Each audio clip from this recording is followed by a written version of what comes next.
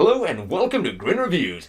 Well, I feel that during all reviewers' careers, they eventually, inevitably reach a point in which they must display their skills as a ninja. And for me at least, I feel that I finally reached that point as I take a look at Wall Jump Ninja for the Atari 2600. If years of watching the Ninja Turtles have taught me anything, it's that ninjas are, despite having rather heavy and cumbersome shells, rather agile. They love pizza and they're exceptionally good at jumping on walls. And that's why when management told me that the next game I would be reviewing on Grin Reviews was ninja related, I was not surprised to find that it was related to one of these three ninja categories. And while the game is unfortunately not Compass and Shell Agility Simulator, nor is it Pizza Eating Simulator, it is, however, Wall Jump Ninja for the Atari 2600, a game in which you play as a ninja who jumps on walls. Now, on the offset, I feel I have to mention that control-wise, Wall Jump Ninja is almost certainly the most simplistic game I've played on the Atari 2600, which is definitely saying something because almost every single game I've played on the Atari 2600 uses a controller which has one button and one pleasure stick, with the games being controlled by a combination of both, excluding the ones that use the paddle controller, which just swap out the pleasure stick for a simple dial. So considering that most games have only two inputs, the fact that I'm saying Wall Jump Ninja is simplistic should definitely say something to you.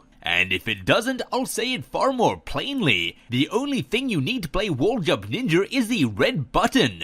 Now, this is not a negative, in fact it's the polar opposite. You see, where some games try to do perhaps a little bit too much with the limited controls they're given, instead Wall Jump Ninja limited their controls even further and instead opted for a level of polish I've not seen in any other game so far. In Wall Jump Ninja, you simply press the red button to jump and hold the red button to jump higher. And while that might sound too simple to be fun, it's definitely not. This is easily one of the most addictive games I've played so far. The game is fast-paced and quite easy to lose, and since the only goal of the game is to get through as many rooms as possible, when you do eventually lose, you're going to find yourself immediately hitting the reset button to try to get a higher score than you just achieved. And since both the concept of the game and controls of the game are extremely easy to understand and pick up, it's a perfect game for playing with friends because the game is very easy to get into, and since the rounds last so short, you're going to be handing the controller to the next person in no time flat. Moving past the bare basics of the controls, the graphics and the gameplay are also once again extremely polished and really, and I don't use this word lightly, absolutely perfect. Despite your character being a very simple black stick figure, the wonderful animation that he moves with combined with the bright gradient sunset style background makes it feel like you're playing a very artistic scene in a samurai movie. To make your way through each level, you must jump through the hole in the wall on your right hand side by jumping your ninja off of the left or right side of the wall until you can angle up the shot and shoot yourself through into the next screen. As I said, it's a wonderful simple premise, although there are a few obstacles in the way in the form of spikes that obviously if you jump into, you're going to die, and moving spikes, which are the exact same concept except they are moving, which of course adds another level of difficulty. There's also 3 difficulty settings which allows you to toggle on and off lava and also slow down the advancing speed of the death beam.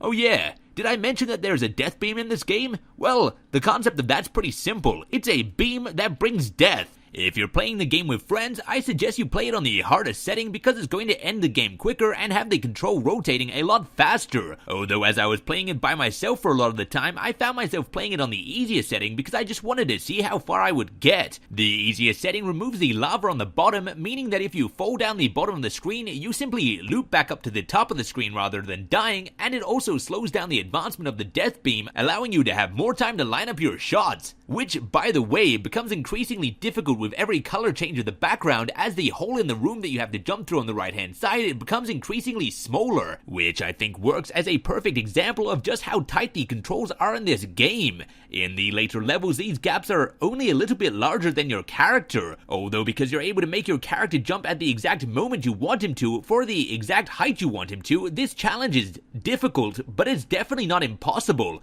And if you don't make the target, I found that at no point I felt that it was because of the game, but instead due to personal error. And finally, scattered throughout these rooms are the letters N-I-N-J-A, spelling out ninja, which you are if you're playing this game, and if you manage to collect enough of them, it will give you this extremely cool graphic and have your character fly through several rooms at once. It's probably the coolest effect I've seen in any Atari 2600 game so far, and yes, That includes the Death Star blowing up in Star Wars Return of the Jedi Death Star battle. So major thumbs up for that. It's so awesome that the first time it happened to me, I actually died immediately afterwards because I was so distracted by how cool it looked. It was really just the awesome cherry on an already very well decorated cake, which also just so happens to be a ninja. There's really just no part of this game that I can fault. I thoroughly enjoyed it and I highly recommend it. And so if you're looking for an extremely enjoyable, highly addictive game to play with polished controls and perfect graphics,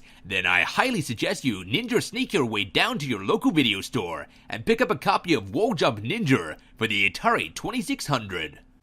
Thanks for watching and I hope you enjoyed it. Now, I'm off to play some more Wall Jump Ninja.